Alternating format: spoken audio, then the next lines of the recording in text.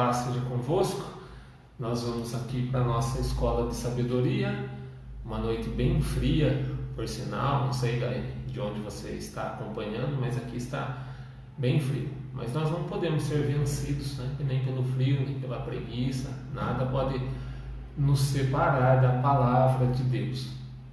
O estudo que eu quero trazer nessa noite ele é bem rápido, bem simples. Se você acompanhar comigo, bem atento, você vai se alimentar espiritualmente dele. Eu vou ler um texto bíblico que está em em Marcos, Evangelho de Marcos, capítulo 8, do versículo 22 ao 25.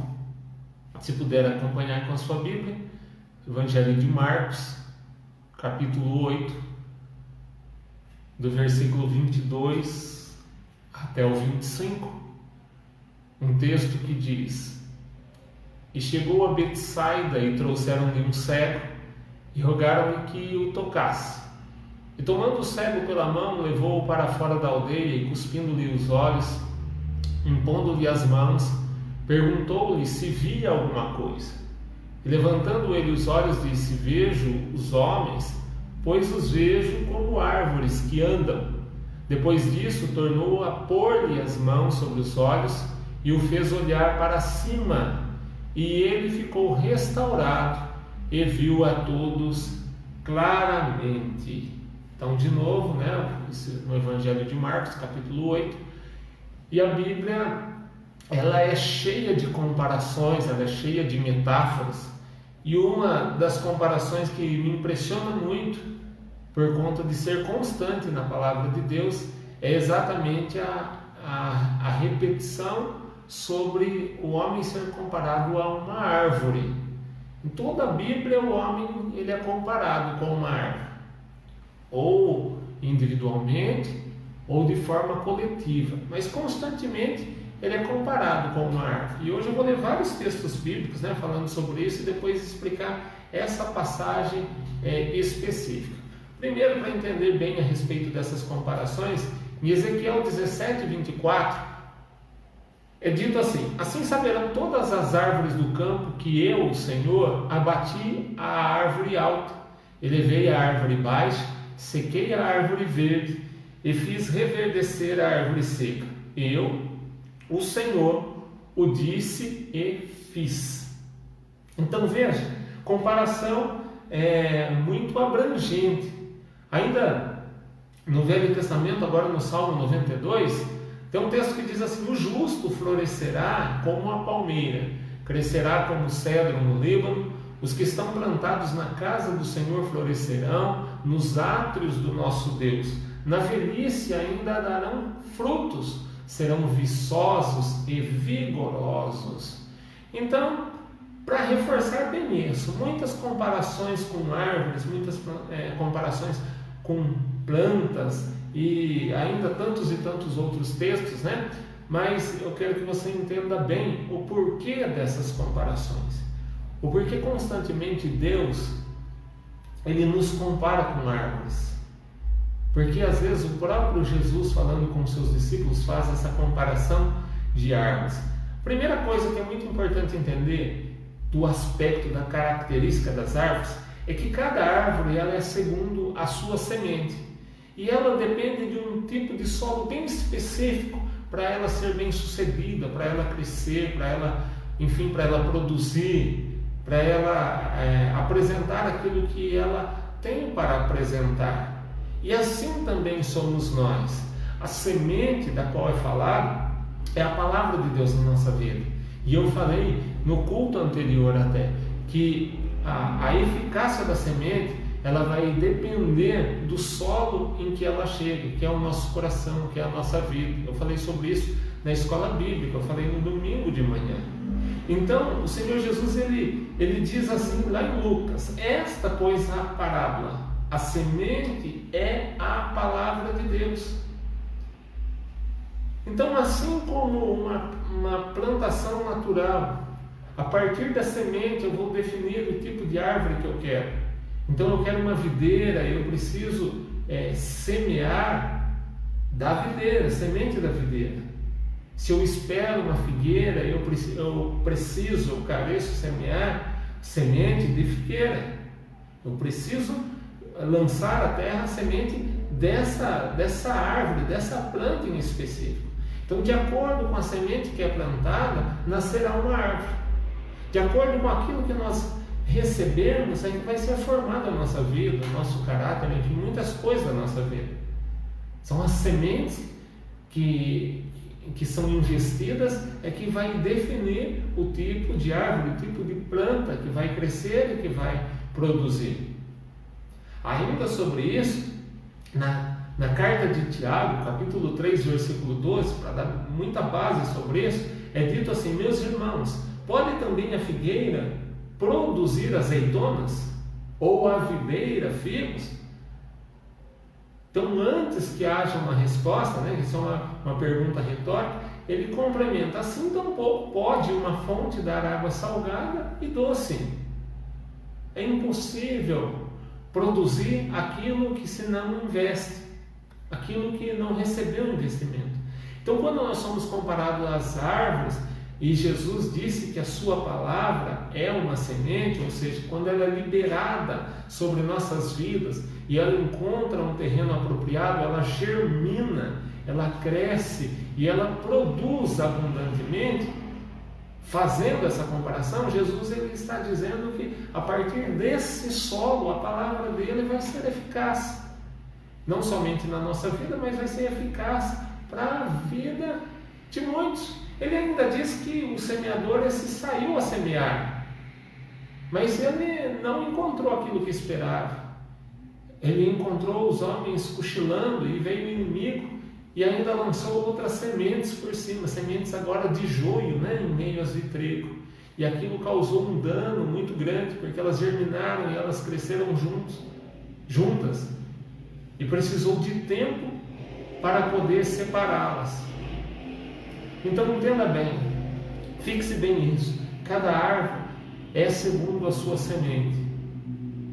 Não tem como eu produzir bons frutos se eu não receber sementes boas. Segundo aspecto da árvore que eu quero que você entenda bem, é que Deus ele nunca vai olhar para a aparência da árvore, e sim para aquilo que ela produz. Então atente isso, que isso é para a sua vida. Mateus 21, 19. E avistando uma figueira perto do caminho, dirigiu-se a ela e não achou nela senão folhas. E disse-lhe: nunca mais nasça fruto de ti. E a figueira secou imediatamente. Então essa é uma passagem que nos revela muito sobre a vontade de Deus para as nossas vidas. Que vontade? Primeiro, que Ele quer frutos e não folhas. Sempre vai ser dessa forma. Muitos são como essa figueira encontrada por Jesus à beira do caminho. Aparentam ter alguma coisa, mas na hora da necessidade percebe-se que não tem frutos. Jesus estava com fome ao dirigir-se a essa figueira, embora ela apresentasse folhas bem vistosas, mas aquilo que era necessário ela não tinha, que era o fruto, somente folhas. Em toda a Bíblia nós encontramos sérias advertências sobre a necessidade de se produzir frutos. Quer ver outro? Deuteronômio 20, 20.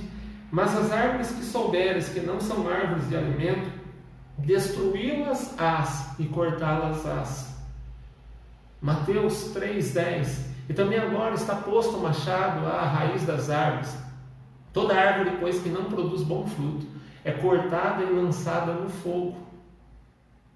Então, ele quer frutos e não folhas. Segundo aspecto, dentro desse ainda, é que ele não basta apenas produzir frutos. O Senhor requer bons frutos. Bons frutos. Lucas 6,43. Ou fazei a árvore boa e o seu fruto bom, ou fazei a árvore má e o seu fruto mau. Porque pelo fruto se conhece a árvore. E ainda Lucas 6, porque não há boa árvore que dê mau fruto, e nem má árvore que dê bom fruto. É sério isso. Não tem como produzir característica contrária, antagônica. Terceiro, ainda dentro dele requerer frutos. Nós não podemos produzir frutos sozinhos. Isso é um engano. Em João 15,5, eu sou a videira, vós as varas. Quem está em mim e eu nele, esse dá muito fruto, porque sem mim nada podeis fazer. Então nós temos que ter essa consciência. Nós só produziremos frutos, e bons frutos, se nós estivermos ligados a Jesus. Ele é a videira, nós somos apenas ramos. Os ramos vivem daquilo que recebe da videira. Se os ramos forem arrancados, ou seja, não estiver ligado às videiras, esses se secam e morrem. Paz, um abraço aos caros, familiares que estão assistindo, todos vocês aí. Então, se os ramos forem arrancados, eles se secarão e eles acabam por morrer. Eles precisam estar ligados à videira para receberem a liberação da seiva. Isso eu estou falando naturalmente. Agora, para a nossa vida também é assim.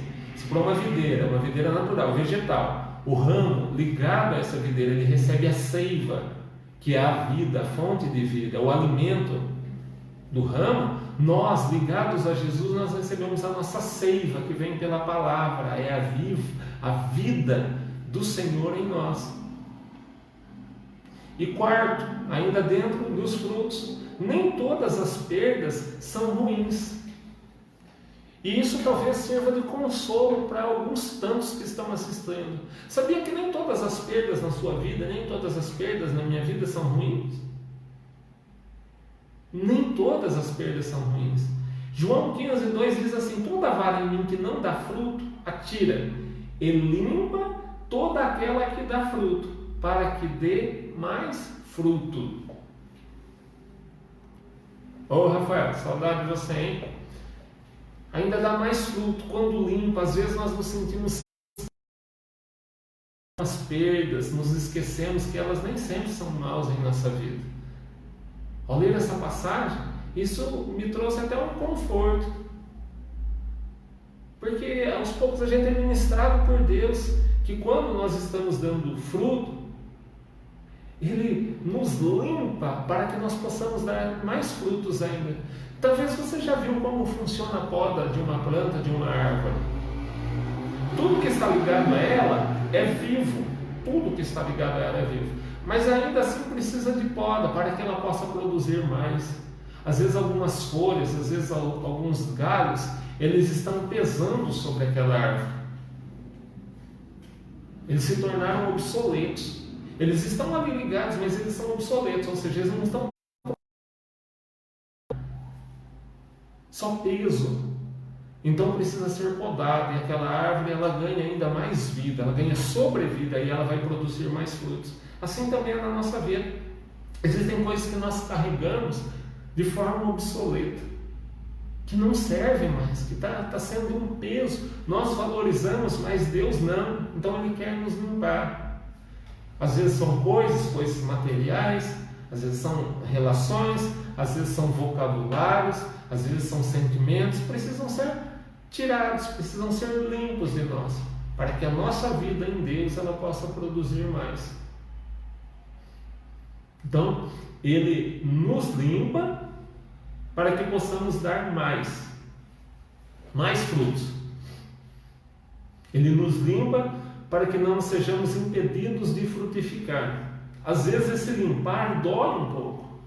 Às vezes esse limpar machuca um pouco. Às vezes nós nos apegamos àquilo que Jesus ele quer limpar da nossa vida, mas é necessário. Aí o Senhor Jesus, Ele afirma que se nós estivermos nele e as palavras dele em nós, nesse contexto, dessa forma, nessa condição, tudo aquilo que nós pedirmos a Ele com fé nos será dado, nos será feito. Essa é uma palavra poderosa para a nossa vida, para a minha vida, para a sua vida. Tudo depende da nossa comunhão. Tudo depende de estarmos ligados a essa videira verdadeira que é Jesus. Mais ainda, ninguém joga pedra em uma árvore que não está produzindo nada. A não ser por diversão, de repente é louco, mas você não vê ninguém atirando pedra em uma árvore que não está produzindo nada. Agora, ao contrário disso, imagine uma mangueira, ela está produzindo as suas mangas, as mangas estão maduras, então essa acaba sendo alvo de pedradas.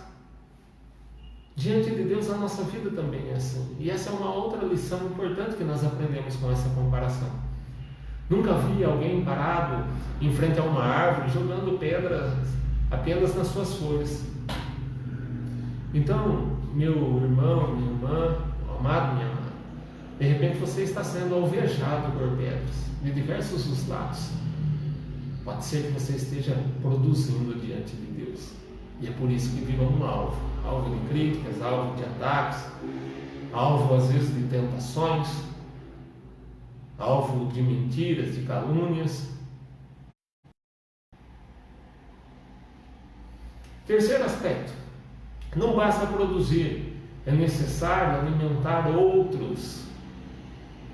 Eu volto naquilo que eu digo sempre, quando o Senhor chamou Abraão, e ele disse para Abraão, dentre tantas coisas, sê tu uma bênção.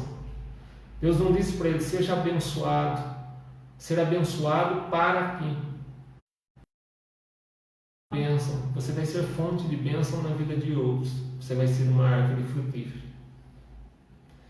Marcos 8, 22 e 25. E tomando o cego pela mão, levou-o para fora da aldeia e cuspindo-lhe nos olhos, impondo-lhe as mãos, perguntou-lhe se via alguma coisa. E levantando ele os olhos, disse, vejo os homens, mas os vejo como árvores que andam. E é aí que eu quero trabalhar um pouquinho com você. Até aqui, tome como uma introdução. Eu já ouvi alguns dizendo erradamente, equivocadamente, que Jesus errou a dose do milagre.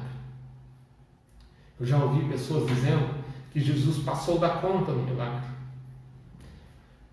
Jesus não falta, Jesus não passa, Jesus faz tudo da maneira que tem que ser.